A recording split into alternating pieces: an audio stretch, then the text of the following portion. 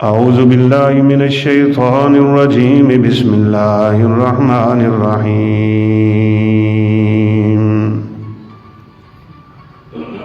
والسماء والطارق وما أدراك ما الطارق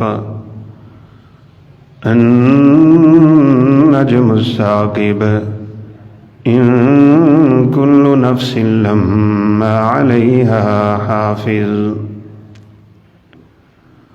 وقال النبي صلى الله عليه وسلم اتق الله حيث ما كنت رب اشرح لي صدري ويسر لي أمري واحلل عقدة من لساني يفقهوا قولي. رب زدني علما سبحانك لا علم لنا إلا ما علمتنا إنك أنت العليم الحكيم.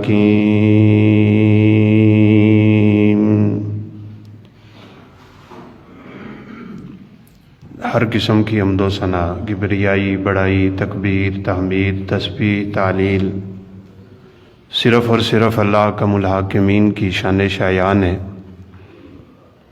لاکھوں کروڑوں انگنت درود و سلام تاجدار انبیاء، فخر الانبیاء، خاتم الانبیاء والرسل جناب محمد الرسول اللہ صلی اللہ علیہ وسلم کی ذات اقدس میں.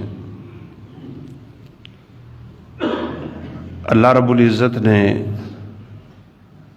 آسمان کی قسم اٹھائی ہے. قسم ہے آسمان کی اور قسم ہے طارق ستارے کی. وما ادراک ما الطارق، آپ کو کیا پتا طارق کیا ہے؟ آسمان کا ایک بہت بڑا ستارہ ہے، النجم الثاقب. جب قسم اٹھائی جاتی ہے تو اس کا پھر ایک جواب قسم ہوتا ہے، اور ہم سب جانتے ہیں قسم اٹھائی جاتی ہے بات کو پختہ کرنے کے لیے. اللہ رب العزت کو قسم اٹھانے کی ضرورت نہیں ہے، لیکن پھر بھی قسم اٹھا کے کیا کہا ہے؟ ان کل نفس لما علیہا حافظ. کوئی شخص اس کائنات میں ایسا نہیں ہے جس کی نگرانی نہیں ہو رہی. ہر وقت فرشتے اس کی نگرانی کر رہے ہیں. انسان کی دو حالتیں ہوتی ہیں، کبھی وہ جلوت میں ہوتا ہے تو کبھی خلوت میں ہوتا ہے. بہت سے لوگ ایسے ہیں جن کا ظاہر، جن کی جلوتیں دیکھنے میں بہت اچھی ہوتی ہیں،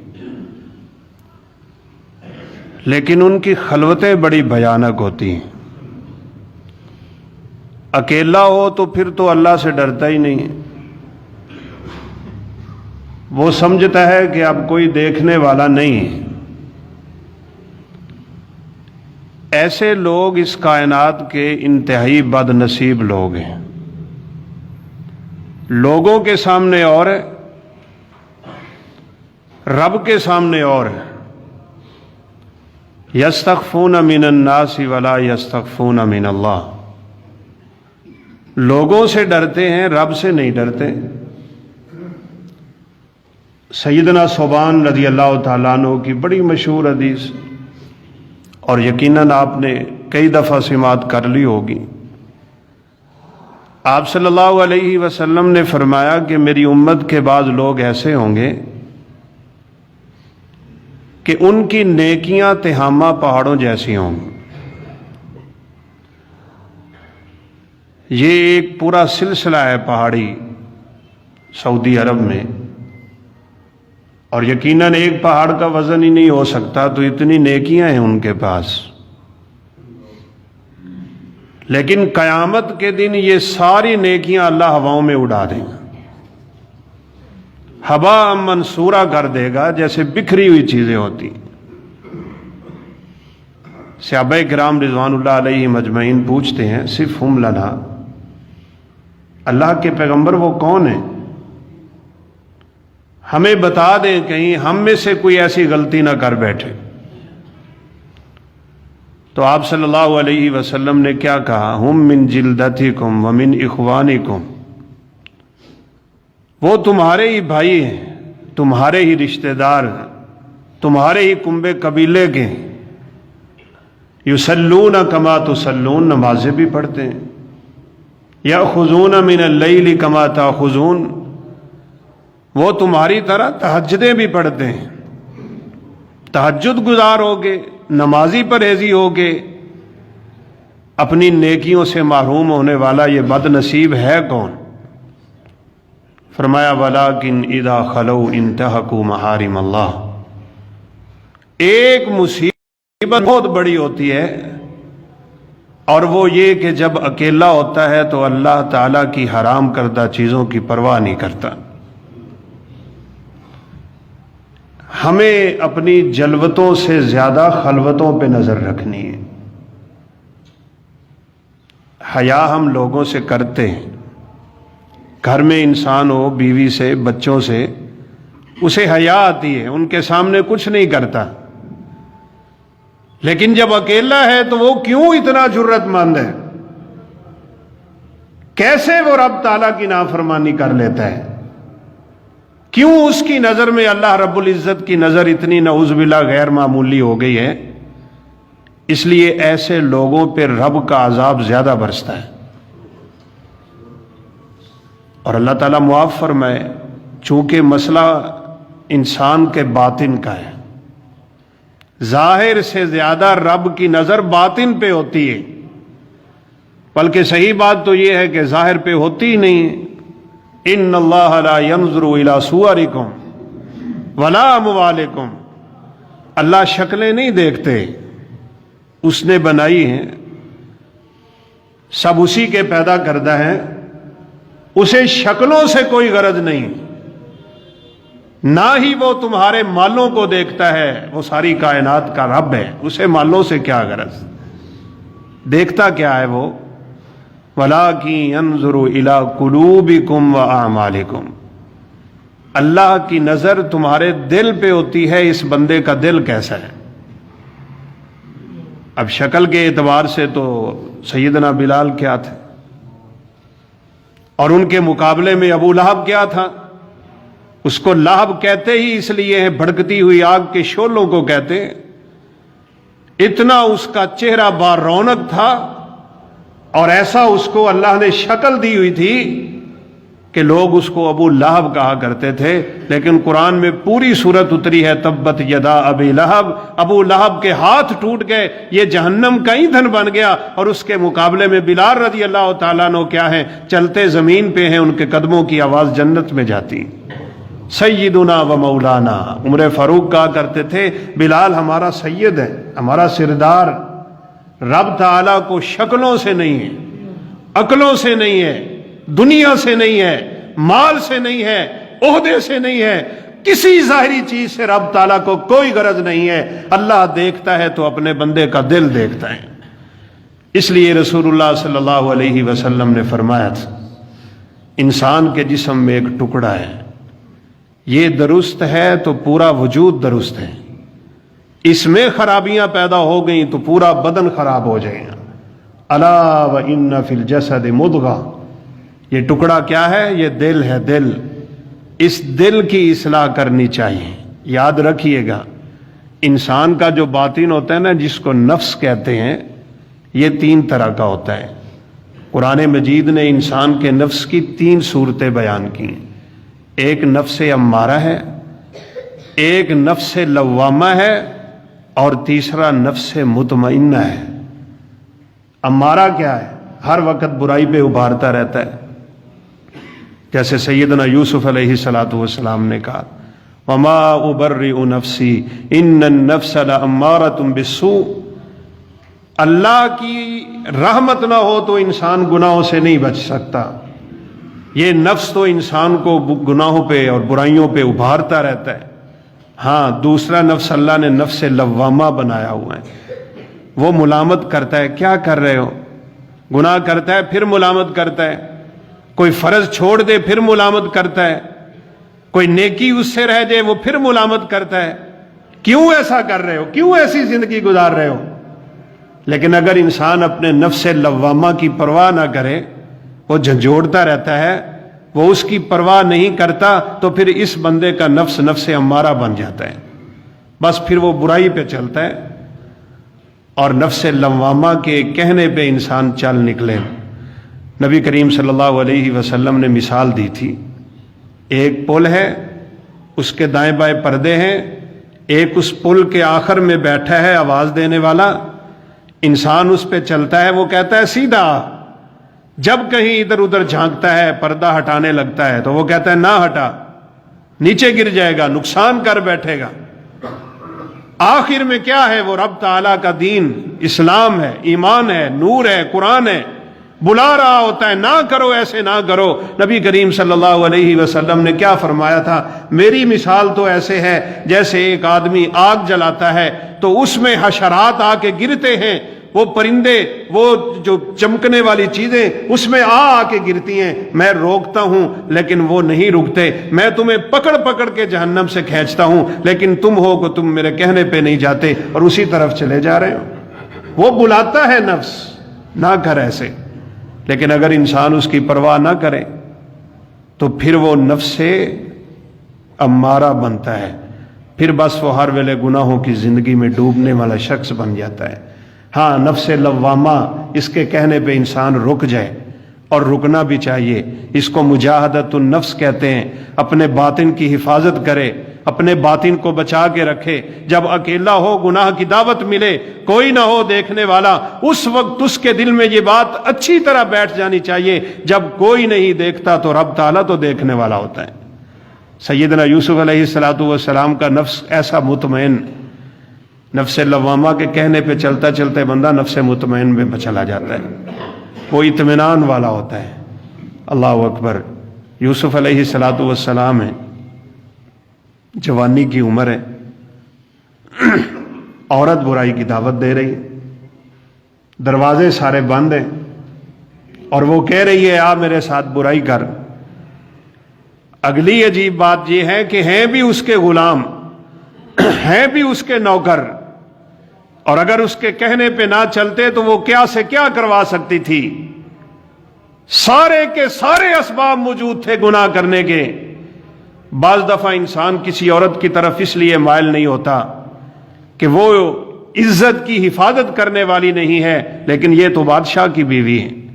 اس لیے نہیں ہوتا کہ وہ خوبصورت نہیں ہے، لیکن یہ تو کائنات کی خوبصورت ترین ہے۔ اس لیے نہیں ہوتا کہ کوئی دیکھ لے گا، میرے جاننے والے یہاں پہ رہتے ہیں، لیکن یوسف تو اجنبی تھے، وہاں کوئی نہیں تھا ان کو جاننے والا۔ اس لیے بھی انسان بعض دفعہ رک جاتا ہے کہ کوئی آ نہ جائے، وہاں تو آنے کی بھی کوئی گنجائش نہیں تھی، دروازے بھی سارے بند تھے۔ قربان جائیں یوسف علیہ السلام کے ایمان پہ، اس وقت کہا تھا اکرمی مثواہ، میں جس کے پاس رہتا ہوں، میں جس کا کھانا کھاتا ہوں، جس کا رزق کھاتا ہوں، جس کے گھر میں رہتا ہوں، میں اس کی عزت کو ہاتھ نہیں لگا سکتا، میں اس رب سے ڈرنے والا ہوں۔ جب انسان کی خلوت اتنی پاک ہو جاتی ہے کہ وہ اکیلا ہو تو رب سے ڈرتا ہے، اللہ فرماتے ہیں میں ایسے بندے کو اپنے عرش کا سایہ نصیب کر دیتا ہوں۔ سبعۃ یظلھم اللہ فی ظلہ یوم لا ظل الا ظلہ، ایسے افراد جو 7 خوش نصیب ہیں۔ ویسے تو حافظ ابن حجر رحمہ اللہ نے تمام حدیثوں کو اکٹھا کر کے ان کی تعداد 30 سے زیادہ بتائی ہے۔ 30 قسم کے افراد ایسے ہوں گے جن کو اللہ اپنے عرش کا سایہ نصیب کرے گا۔ اللہ ہم سب کو نصیب فرمائے۔ ان میں 7 بندے ایسے ہیں جو آپ صلی اللہ علیہ وسلم نے ایک ہی وقت میں کہا تھا کہ اللہ ان کو اپنے عرش کا سایہ دے گا۔ وَرَجُلٌ ذَكَرَ اللَّهَ خَالِيًا فَفَاضَتْ عَيْنَاهُ دَعَتْهُ امْرَأَةٌ ذَاتَ مَنْصَبٍ وَجَمَالٍ، عورت بلاتی ہے اس کو برائی کی طرف، ہے بھی بڑی عزت والی، ہے بھی بڑے حسن والی، اور وہاں پہ وہ یہ کہہ دیتا ہے انی اخاف اللہ، میں اپنے رب سے ڈرتا ہوں۔ جب اس کی خلوت اتنی پاک ہوتی ہے تو اللہ اس بندے کو اپنے عرش کا سایہ نصیب کیا کرتے ہیں۔ اکیلا بیٹھتا ہے تو اس کے دل میں اللہ کا خوف زیادہ ہوتا ہے، اس کی خلوت زیادہ پاک ہوتی ہے. اپنے ظاہر سے زیادہ اپنے باطن کو پاک کرنے کی ضرورت ہے. اس پہ توجہ دیں، میرا دل کیسا ہے، میرا باطن کیسا ہے. جب مجھے کوئی دیکھنے والا نہیں ہوتا، یقین مانے حدیث تو ہے، بیان کرنے تو انسان کانپ جاتا ہے کہ رسول اللہ صلی اللہ علیہ وسلم نے فرمایا جہنم کا آغاز جن لوگوں سے ہوگا نا، تسعر بہا جہنم، جن کے ذریعے جہنم کو پہلا شعلہ دیا جائے گا، بھڑکایا جائے گا جہنم کو، جس سے وہ 3 بندے ہیں. ایک قاری قرآن، ایک سخاوتیں کرنے والا ہے، ایک جہاد کرنے والا ہے. ایسی بڑی بڑی نیکیاں، لیکن جہنم کو بھڑکایا ہی انہی لوگوں سے جا رہا ہے. وجہ کیا ہے؟ وجہ یہ ہے کہ ان کا باطن پاک نہیں ہے. بلائیں گے اللہ حافظ قرآن اور قاری قرآن کو، بتا تیری زندگی کیسی تھی؟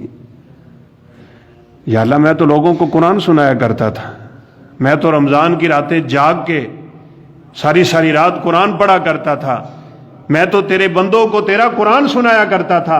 اللہ تعالیٰ کہیں گے کذبت، تو جھوٹ بول رہا ہے، تیرے اندر کوئی اور چیز تھی. اور وہ کیا تھی؟ تو چاہتا تھا لوگ تجھے قاری کہیں، وہ لوگوں نے کہہ دیا. جو تیرا مقصد تھا وہ تو نے پا لیا. آج میرے پاس تیرے لیے سوائے جہنم کی آگ کے کچھ نہیں ہے. اور سخی کے ساتھ بھی یہی معاملہ ہے. پوچھے گا اللہ تعالیٰ یا اللہ میں نے اپنا مال تیرے رستے میں بڑھا دیا ہے. اللہ کہیں گے جھوٹ بولتے ہو. وہاں تو جیسے اس صورت میں اللہ نے کہا ہے نا والسماء والطارق وما ادراک ما الطارق النجم الثاقب ان کل نفس لما علیہا حافظ. آسمان کی قسم اٹھائی، آسمانوں کی وسعتوں کو کوئی نہیں جانتا. حدیث میں ہے کہ پوری زندگی انسان نکلے اس آسمان کی وسعت سے نہیں نکل سکتا. ہمیں وہ کائنات کا نظام اچھی طرح سمجھ نہیں آ سکتا، وہ تارک ستارے کا سمجھ نہیں آ سکتا. اللہ کہتے ہیں نہیں آئے گا. فَلْيَنْظُرِ الْإِنسَانُ مِمَّا خُلِقَ، تو جان سکتا ہے نا کہ تیرے رب نے تجھے پیدا کیسے کیا. یہ ساری باتیں سمجھا کے اللہ رب العزت نے آگے ایک بات بڑی عجیب کی. یوم تبلی السرائر، اس دن سارے راز فاش کر دیے جائیں گے، سارے راز کھول دیے جائیں گے. عربی جاننے والے جانتے ہیں اگر کسی جگہ پہ فاعل کا ذکر کیا جائے نا کہ فلاں یہ کام کرے گا تو اس بات میں وزن کم ہوتا ہے. اور اگر یہ کہہ دیا جائے کہ ایسے ایسے کر دیا جائے گا وہ بڑی وزنی بات ہوتی ہے. فرمایا یوم تبلی السرائر، اس دن ساری پوشیدگی، سارے راز اللہ فاش کرے گا.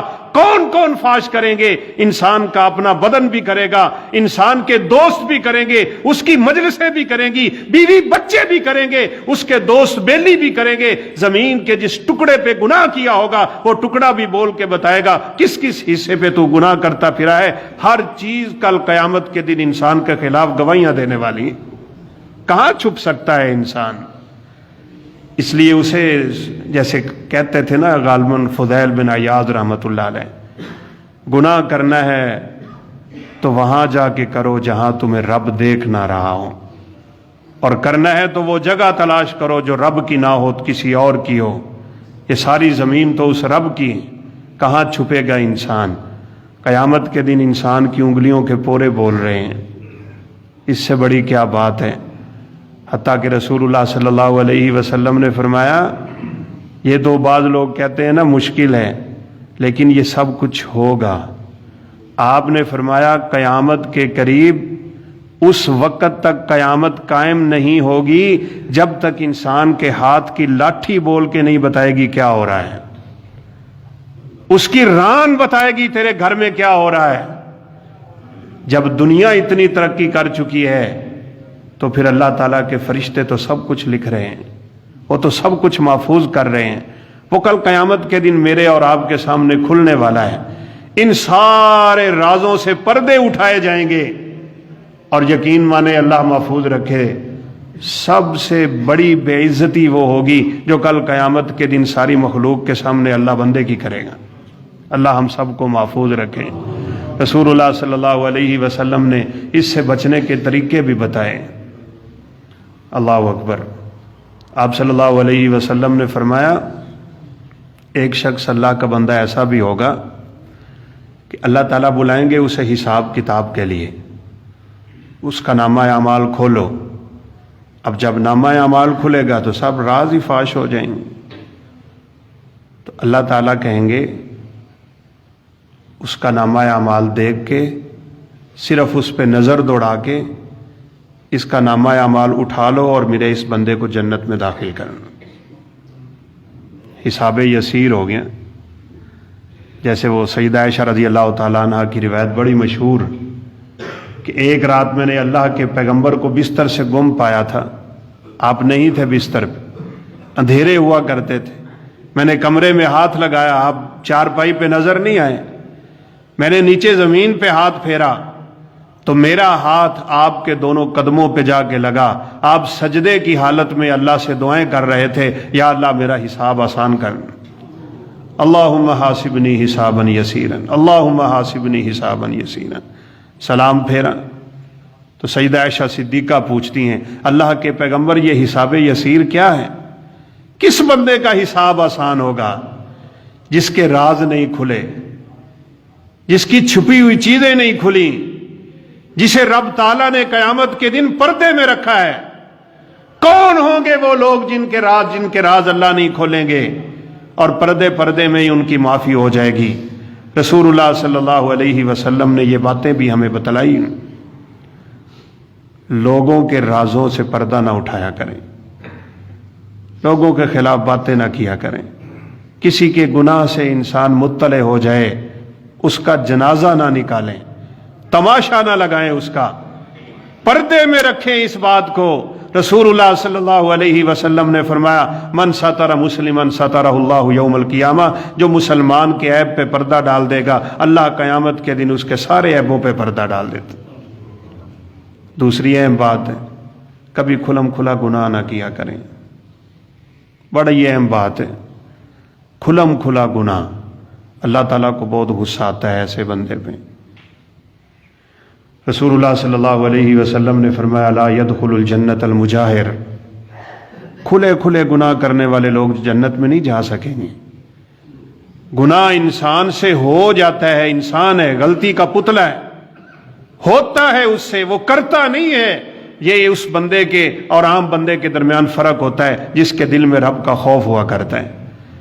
دعا کرے اللہ ہمارے دلوں میں اپنا خوف پیدا کر، ہم جہاں بھی ہوں، جس جگہ پہ بھی ہوں، جیسے رسول اللہ صلی اللہ علیہ وسلم نے فرمایا اتق اللہ حیث ما کنت، تو جہاں بھی ہے، جلوت میں ہے، خلوت میں ہے، اکیلا ہے تو محفل میں ہے، دوستوں میں ہے، کسی اور جگہ پہ ہے، رات کے اندھیرے میں ہے یا بستر میں ہے، بس تیرے دماغ میں یہ بات ہونی چاہیے کہ میں رب تعالیٰ کی نظر میں ہوں، اس کی نظر سے اس کائنات میں کوئی چیز مخفی نہیں ہے۔ رات کے اندھیرے میں کالے پتھر پہ چلنے والی کالی چیونٹی، اللہ اس کو بھی دیکھتا ہے، اس کی حرکت بھی سنتا ہے، ہماری باتیں نہیں سنے گا۔ ما یکون من نجوى من ثلاثة الا هو رابعهم ولا خمسة الا هو سادسهم، جب تم دو مل کے راز و نیاز کی باتیں کرتے ہو، بڑی کنسوئی کرتے ہو، کان میں باتیں کرتے ہو، تمہیں اس وقت پتہ ہونا چاہیے تم دو نہیں ہو، وہاں تیسرا رب ہے جو سب کچھ سن رہا ہے۔ اس کی ذات تو عرش پہ ہے، لیکن اس کا علم، اس کی طاقت، اس کا غلبہ، اس کی قہریت، اس کی جباریت، اس کی سمو بصر کسی چیز سے مخفی نہیں ہو سکتی، نہ کوئی چیز اس کی نظر سے مخفی ہو سکتی ہے۔ وہ تو انسان کے دل میں پیدا ہونے والے راز کو بھی جانتا ہے۔ کتنے درخت ہیں دنیا میں، کوئی شمار کر سکتا ہے؟ آپ اپنی ٹاؤن کے درخت شمار نہ کر سکیں گے اچھی طرح، پھر درختوں کے پتے کون شمار کر سکتا ہے؟ وما تسقط من ورقۃ الا یعلمها، پوری کائنات کے کسی درخت سے کب پتا گرے گا، کس درخت سے گرے گا، کہاں گرے گا، کتنے بل کھا کے گرے گا، کس جگہ پہ گرے گا، کس وقت گرے گا، اللہ کہتے ہیں مجھے سارا علم ہے۔ اس کے علم سے کوئی چیز مخفی نہیں ہے، اس لیے اپنے باطن کی اصلاح کی زیادہ ضرورت ہے۔ قیامت کے دن اللہ ان سارے رازوں سے پردہ اٹھائیں گے، لیکن جو بندہ رب سے ڈرتا رہا، ایک چھوٹی سی بات اپنے دل میں بٹھا لیجئے گا، دل دو طرح کے ہوتے ہیں لوگوں کے. بعض لوگوں کے دلوں میں نیکی کی محبت ہوتی ہے، ان سے گناہ ہوگا. بعض لوگ ایسے ہیں جن کے دل میں گناہ کی محبت ہوتی ہے. یہ گناہوں کی محبت دل کو برباد کر دیتی ہے. اللہ بندے کے دل پہ نظر ڈال لیتے ہیں. حدیث مبارکہ کے الفاظ ہیں، جس بندے کے دل میں نیکی کی محبت بیٹھی ہوئی ہے، رب تعالیٰ کا خوف ہے، اس سے گناہ ہو گیا ہے، وہ بندہ اپنا نفس مطمئنہ رکھتا ہے، وہ ضرور ملامت کر دیتا ہے، وہ فوراً اپنے رب سے توبہ کر لیتا ہے، رب سے بخشش طلب کر لیتا ہے، اللہ اس کا گناہ معاف کر دیتے ہیں. اس سے پھر گناہ ہوتا ہے، وہ پھر معافی مانگتا ہے، اللہ پھر معاف کرتے ہیں. تیسری دفعہ ہوتا ہے، چوتھی دفعہ ہوتا ہے، پانچویں دفعہ ہوتا ہے، گناہ ہو رہا ہے، معافی مانگ رہا ہے، اللہ معاف کر رہے ہیں. حدیث کے الفاظ ہیں، چھٹی دفعہ رب تعالیٰ کی طرف سے آواز آ جاتی ہے، میرے بندے میں نے تیرے دل کو پرکھا ہوا ہے، تیرا دل پاک ہے، دل صاف ہے، باطن درست ہے، تیرا باطن تیرے ظاہر سے زیادہ اچھا ہے، تجھ سے جو بھی گناہ ہوگا میں رب تعالیٰ تیرے سارے گناہوں کو معاف کر دوں. باطن خوبصورت ہونا چاہیے.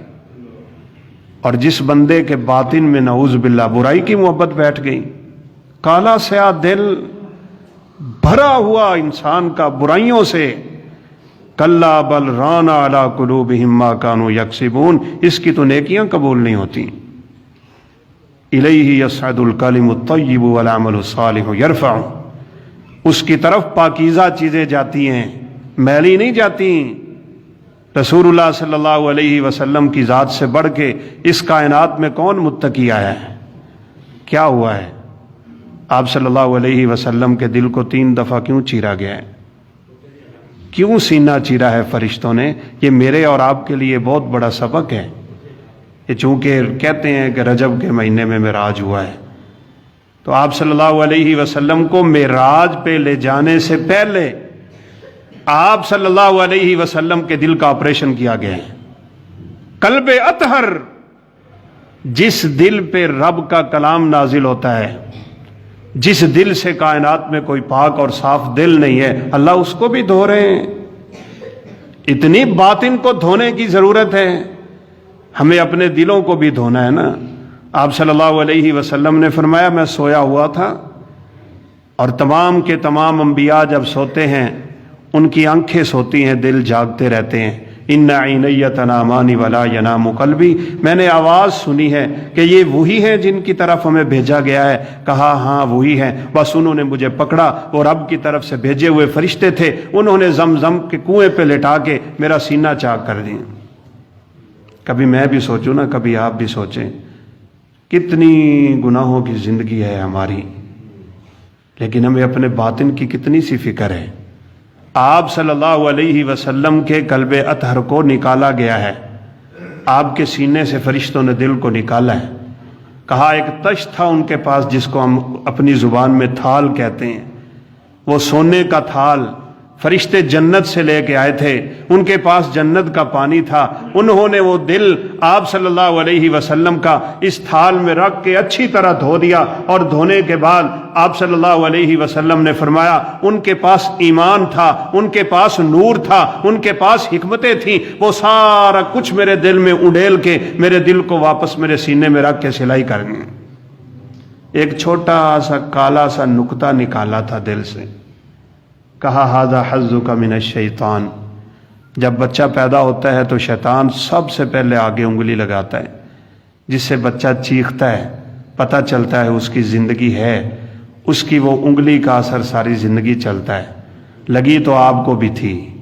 رسول اللہ صلی اللہ علیہ وسلم نے فرمایا شیطان کے اس چونکے سے اس کائنات میں صرف ایک بندہ محفوظ رہا ہے، اور وہ سیدنا عیسیٰ علیہ السلام، بغیر باپ کے پیدا ہونے والے. آپ کو بھی لگایا تھا، لیکن آپ نے فرمایا کہ میرا تو شیطان بھی میرے تابع ہے، وہ کچھ نہیں کر سکتا. فرشتوں نے وہ حصہ بھی نکال دیا، دل میں ایمان، دل میں نور، دل میں حکمتیں اللہ حکم الحاکمین کی طرف سے لا کے بھر دیں. کیوں بھر دی؟ میرا سوال یہ ہے، اس لیے کہ رسول اللہ صلی اللہ علیہ وسلم اپنے رب کے پاس جا کے نماز کا تحفہ لینے لگے. 3 دفعہ آپ کے دل کو چیرا گیا ہے. یہ باطن دل انسان کا باطن ہے، اس سے بڑا باطن کوئی نہیں ہے۔ ایک دفعہ جب آپ بچپن میں بچوں میں کھیل رہے تھے، حلیمہ سعدیہ کے ہاں ہیں، تو اس وقت تو شاید مطلوب یہ تھا کہ آپ صلی اللہ علیہ وسلم کے بارے میں بتلا دیا جائے کہ یہ بچہ کوئی معمولی بچہ نہیں ہے۔ ڈر گئی تھی حلیمہ سعدیہ، واپس کر دیا آ کے آمنہ کو، کہیں ایسا نہ ہو اس بچے کی موت واقع ہو جائے، یہ بچہ کوئی غیر معمولی ہے۔ پھر جب آپ کو نبوت کا سرفراز کرنا تھا، اللہ رب العزت نے پاک کیا، دل کو اچھی طرح صاف کیا۔ حالانکہ رسول اللہ صلی اللہ علیہ وسلم جس معاشرے میں رہتے تھے، اتنا گرے ہوئے لوگ تھے، وہ کوئی ایسی برائی نہیں تھی جو معاشرے میں پائی نہ جاتی ہو، لیکن میرے پیغمبر کا باطن اس وقت بھی اتنا پاک تھا کہ رب العزت نے نبی کائنات کی عمر کی قسم اٹھائی ہے، لعمرک، اے نبی مجھے تیری عمر کی قسم ہے۔ سبحان اللہ، کیا پاک صاف عمر ہوگی آپ کی، کیا خوبصورت زندگی ہوگی آپ کی کہ جن کی عمر کی قسمیں رب اٹھا رہا ہے۔ اس لیے جب آپ کو نبوت ملی 40 سال کی عمر میں، تو آپ نے لوگوں کو دعوت دی، مخالفتیں ہوئیں، تو آپ نے فرمایا تھا لَقَدْ لَبِثْتُ فِيكُمْ عُمُرًا مِّن قَبْلِهِ، میں اپنی عمر کا ایک حصہ تم میں گزار چکا ہوں، اگر میرے اندر کوئی چیز ایسی ویسی ہے تو مجھے دکھاؤ تو صحیح۔ ہم پیش کر سکتے ہیں اپنے آپ کو کسی موقع پہ، ظاہر تو کر سکیں گے نا، پھر بھی ہمارا ظاہر کچھ اور ہوتا ہے۔ کبھی ہم اپنا باطن کر سکتے ہیں، دوسروں کے سامنے کھول سکتے ہیں، رب تعالیٰ کے سامنے کیسے کھولیں گے؟ ہمیں فکر ہونی چاہیے نا۔ آپ صلی اللہ علیہ وسلم کو نبوت عطا کرنے سے پہلے اللہ رب العزت نے پھر یہی کام کروایا ہے، آپ کے دل کو دوبارہ دھویا گیا ہے، پھر اس کو زمزم سے دھویا، پھر اس میں نور اور ایمان بھرا، پھر دوبارہ سلائی کیا۔ انس رضی اللہ تعالیٰ عنہ کہتے ہیں جب کبھی رسول اللہ صلی اللہ علیہ وسلم قمیض اتارا کرتے تھے نا، تو وہ سلائی کے نشان آپ کے بدن مبارک پہ نظر آیا کرتے تھے۔ پھر جب آپ کو معراج پہ لے جانا تھا، اب تو آپ کی عمر بھی زیادہ ہے، آپ نبی بھی بن چکے ہیں، آپ تو پہلے ہی بڑے متقی تھے، نبوت ملنے کے بعد آپ کا تقویٰ تو آسمان کی بلندیوں پہ تھا، اس کے باوجود اللہ رب العزت نے پھر سے آپ کا دل دھلوایا اور پھر اپنے پاس بلایا ہے۔ کبھی میں نے اور آپ نے بھی نماز پڑھنے سے پہلے سوچا ہے میرا دل کیسا ہے؟ معراج کی رات رب العزت نے آپ کو 3 تحفے دیے تھے، 3۔